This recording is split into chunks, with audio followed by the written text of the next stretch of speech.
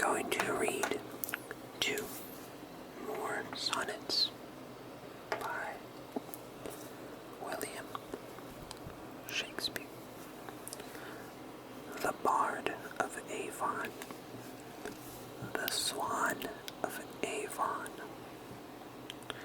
the Bard par excellence.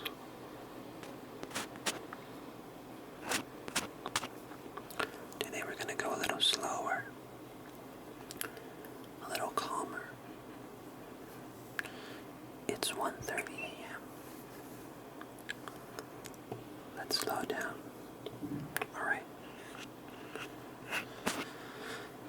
So today we're going to read 2 of his sonnets. The first one is a fairly easy one. Number XIV, number 14. And then the second one is going to be a harder one. Actually, not harder one. When read at first, it does really seem easy too. But we're going to read it, and we're going to reread it. And hopefully I'm going to show you that it's a poem, it's a sonnet that is actually very complicated and that has many layers to it. Of course, it is sonnet number 20. We're gonna get there. Alright. Also, in this series, in which I'm exploring the sonnets, I'm also learning a lot about them. In the beginning, I started this series because I just wanted to read out loud some of the things that I had memorized. But now I'm really getting into it, and I'm studying in order to make these videos. And it's really good. It's really helping my repository, my mental repository of Shakespeare sonnets. So, let's get started. By the way, today, as I said, today we're going to be calmer. We're going to be very calm today. My shoulders are... No, I have to be calm. Okay.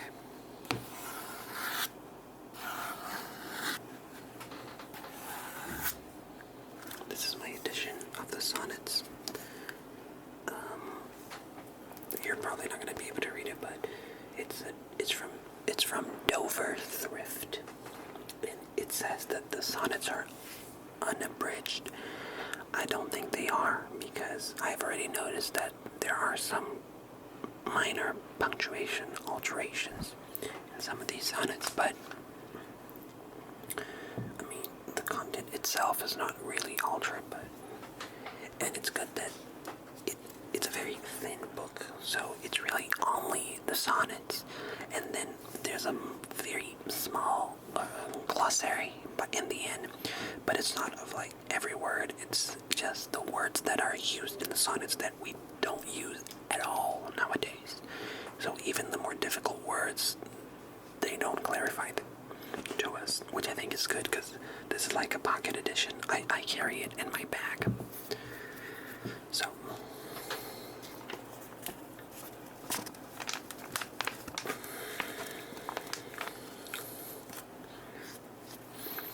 sonnet number 16.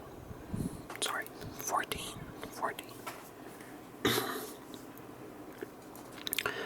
Not from the stars do I my judgment pluck, and yet methinks I have astronomy, but not to tell of good or evil luck, of plagues, of dearths, or seasons' quality. Nor can I fortune to brief minutes tell, pointing to each his thunder, rain, and wind, or or say with princes if it shall go well. I oft predict that I in heaven find, but from thine eyes my knowledge I derive, and constant stars in them I read such art, as truth and beauty shall together thrive, if from thyself to store thou wouldst convert. Or else of thee this I prognosticate, thy end is truth's and beauty's doom and date. So, there's no, very deep, hidden meaning in this one. Shakespeare uses a lot of words with the letter P in them, as in P as in Patrick. Such as plagues, pluck, pointing, princes, predict, prognosticate. It's very clever. But basically, so he says, not from the stars do I my judgment pluck. Pluck in the sense of, nowadays pluck means, literally plucking the feathers or your hairs, It's like, I don't take my judgment from the stars, and yet methinks I have astronomy. So, the sonnet writer has somewhat of an astronomy, but yet he doesn't read the stars. So this leaves us wondering, okay, so what is the astronomy that he's speaking of? But not to tell of good or evil luck, of plagues, of dearths, or seasons' quality, nor can I fortune to brief minutes tell, to brief minutes tell, pointing to each his thunder, rain, and wind, or say with princes if it shall go well, by oft predict that I in heaven find. So basically he says, look, so there's this Shakespeare scholar called Helen Vendler, and she has this wonderful book called The Art of Shakespeare's Sonnets. And in the book, she pretty much analyzes every single sonnet individually. And in the section about Sonnet 14, she says that this is a charming inventory of what people in Shakespeare's day, from farmers to princes, wanted from their fortune tellers. The speaker draws a contrast between those fortune tellers' local prophetic capacities and his more philosophical ones. So he says that, look, plagues, dearths, good luck, evil luck, thunder, rain, wind, what is in heaven, those were the kinds of things that people went to fortune tellers or to astronomers, to astrologists to look for. But, and then, it's not a letter P, but it is also a plosive P, a but. From thine eyes my knowledge I derive. So, in the first line, he says, not from the stars do I my judgment pluck. And then he says, but from thine eyes, from the stars, from thine eyes. From thy eyes my knowledge I derive. And constant stars, in them I read such art, as truth and beauty shall together strive. Thrive, if from thyself to store thou wouldst convert. And then the last couplet, or else of thee this I prognosticate. So when I look in thine eyes, there's only this one thing that I can tell for certain, that I can prognosticate. Thy There's truth's and beauty's doom and date. So he builds up this thing that says, look, I'm not a fortune teller, I'm not an astrologist, but I can read, in the universe of your eyes, I can read this. Thy end is truth and beauty's doom and date. So, the truth and the beauty that people look to fortune sellers in order to try to find it, I find truth and beauty in you, in your eyes. There's another sonnet, now I don't recall where, he says that truth is beauty and beauty is truth. And then he says, look, thy end is their doom and date. So if you die, there's not going to be any more truth or beauty. And that's I mean, apart from saying that he can see the space in the person's eyes, now he says that there's not only the space in the person's eyes is an expression, is just a tiny fraction of the universe that is inside that person. How beautiful is that? He really was very smart, wasn't he?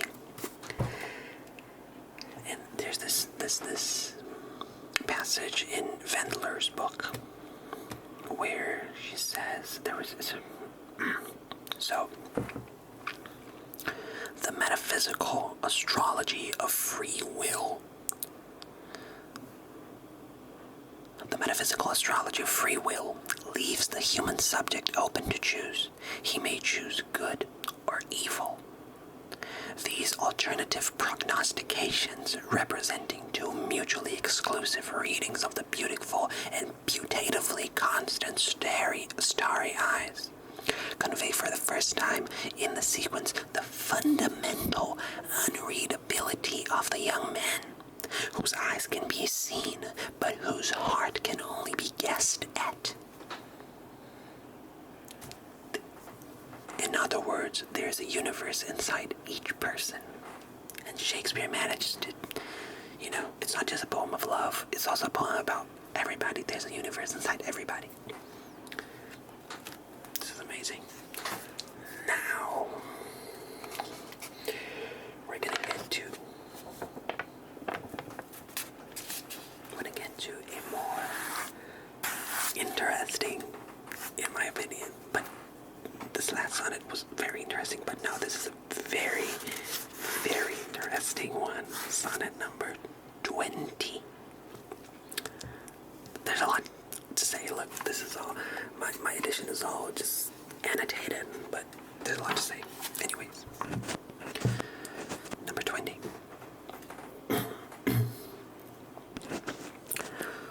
A woman's face with nature's own hand painted, hast thou, the master mistress of my passion. A woman's gentle heart, but not acquainted with shifting change, as is false women's fashion. An eye more bright than theirs, less false in rolling, gilding the object whereupon it gazeth. A man in hue, all hues in his controlling, which steals men's eyes and women's souls amazeth. And for a woman wert thou first created, till nature, as she wrought thee, fell a-doting, and by addition me of thee defeated, by adding one thing to my purpose, nothing. But since she pricked thee out for women's pleasure, mine be thy love, and thy love's use their measure. This is everything I wrote. So I'm gonna go through everything. So all right. So upon the first reading, we can see that this is a sonnet where he's talking about a man, but this man is as beautiful as a woman. And he has a woman's face with nature's own hand painted. And he has a woman's gentle heart, but he is not false, as Shakespeare believes, as the writer in this case believes women to be. You have a woman's heart,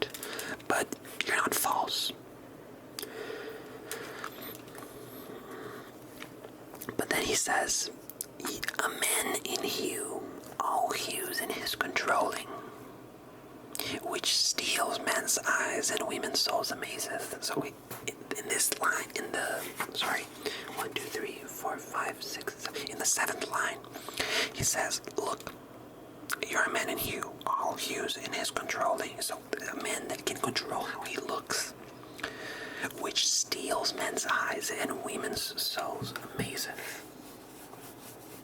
I mean, this is, I think, the most notorious stance of homoeroticism, or at least the first one in the sonnets. This is a very famous sonnet and very much analyzed, because the author is talking to a man that looks like a woman and telling him how he's kind of in love with him. And then he says, and for a woman wert thou first created, until nature as she wrought thee fell a doting.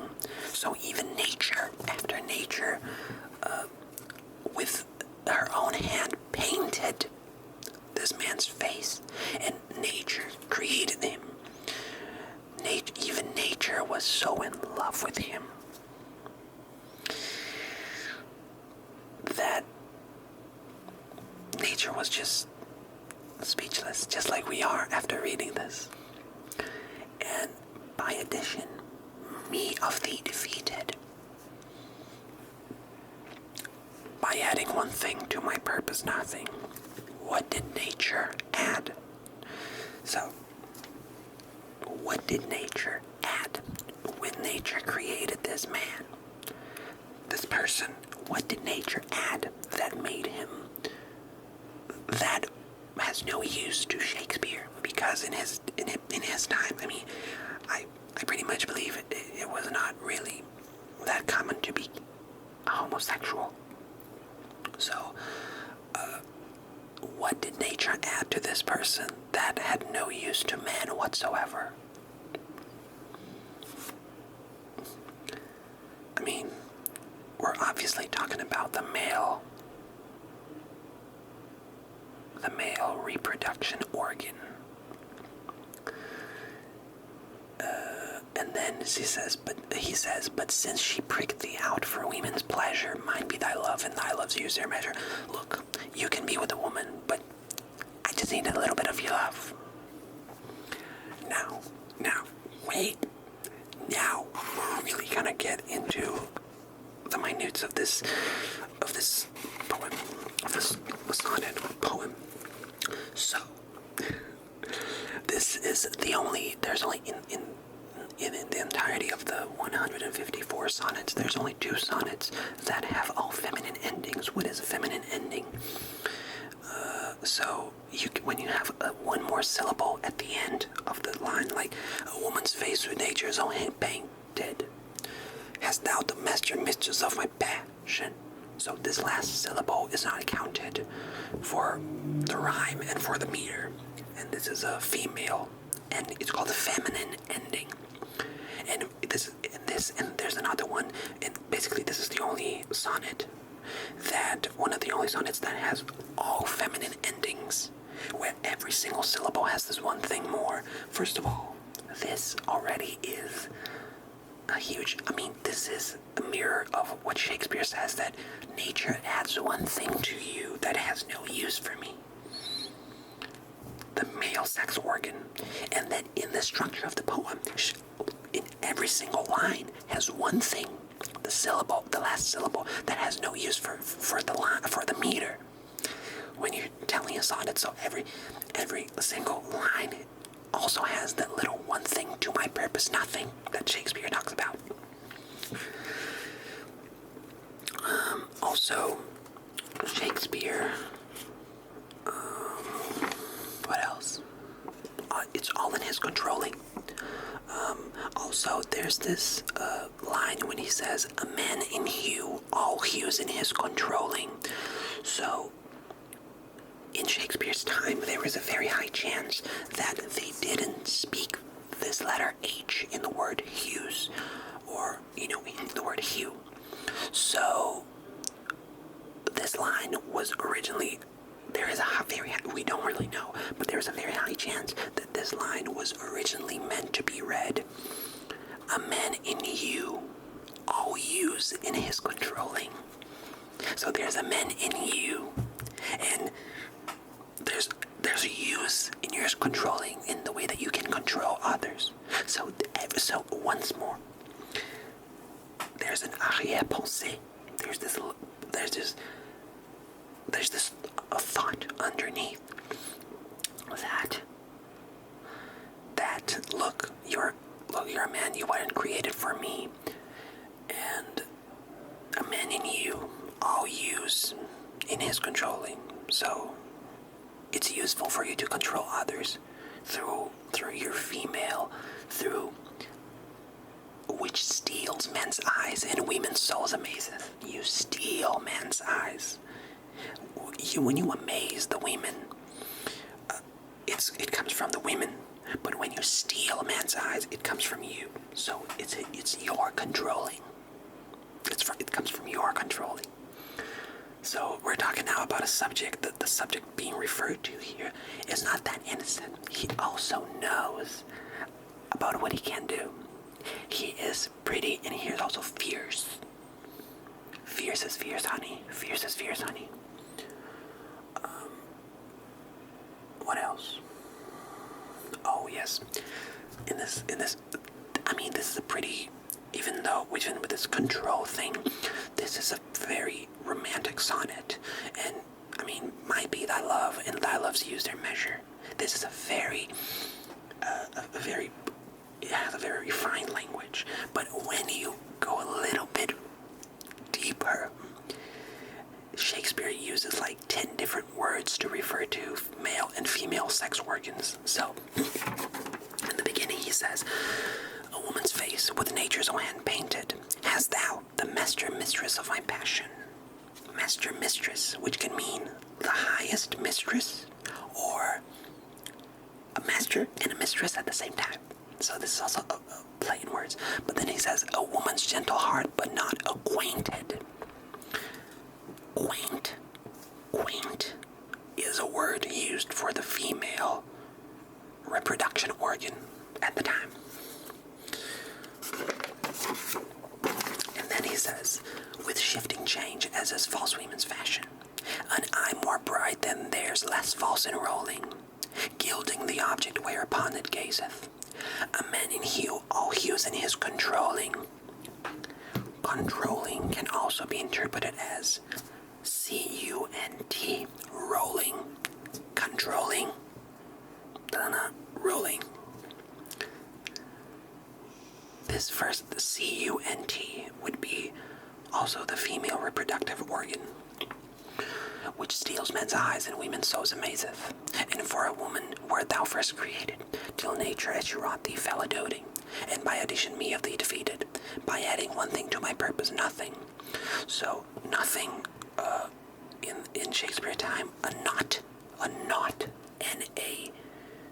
N-A-U-G-H-T, was the name of one part of the female reproductive organ. Yes, and then she says, but since she pricked thee out for women's pleasure, but since nature picked you for women's pleasure, but prick means also to mark the name with a, but prick is also a word for the male's reproductive organ. Mine be thy love, and thy loves use their measure. So, and also he says, a man in hue, all hues in his controlling, all, A-W-L, was also a name that was used at the time for the male's reproductive organ. So, this is absolutely genius, because at first it is a poem where the poet laments is the unreachability of the romantic subject, because the romantic subject is a man. then he proceeds to think that, okay, I might be played now, but there's a chance I'm being played here. I'm being fooled by this man that, you know what, he probably knows the effect that he has on me, and so he controls me with that. And then, after Shakespeare has that realization, he just plays around. He just uses these words to show that all this love and all this romance, all this my loves used it, and thy love used them, and thy loves use their measure. All of this romance, all this romantic attraction might, it might, in the end, be all about our reproductive organs. Because people might argue that all love is about reproduction.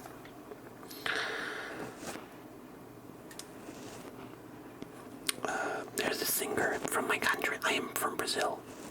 There's a singer called Rita Lee. She was an American-born Brazilian singer, and she has this song called Love and Sex. And she says,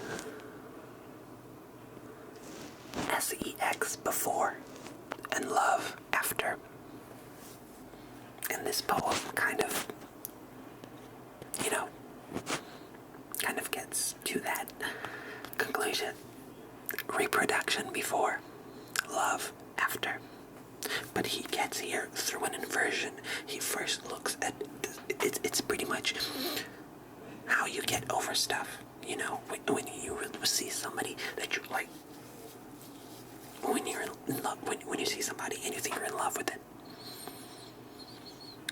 and then you start to see things from a different perspective. And then you see sometimes you might just be a little too excited that day. And Shakespeare does it with a homoerotic undertone. So he does it even better. And he's Shakespeare, so there's also the wordplay, and there's a lot more actually about this sonnet that I'm not going to get into. I'm not going to get into everything, but like in the line where he talks about hue, a man in hue, all hues in his controlling, the word hue, that is H-U-E, or H-E-W, those three letters appear in almost every single line in this poem, and that is not random. So it's also a poem about hues, or use. It's a poem about use, how you use some people or not. We're never gonna find out, and that's the best part of it. Because look at the richness that we have in this. 14 lines, and there's books about it, and there's an ASMR video about it. He really was the greatest. He really, really was the greatest.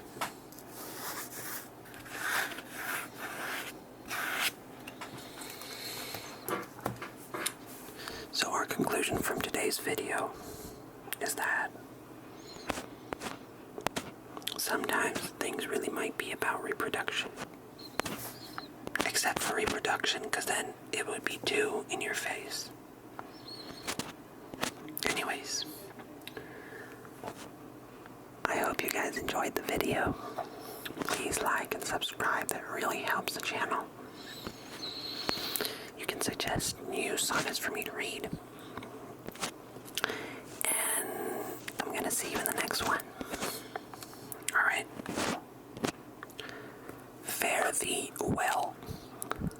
Thank you, everybody.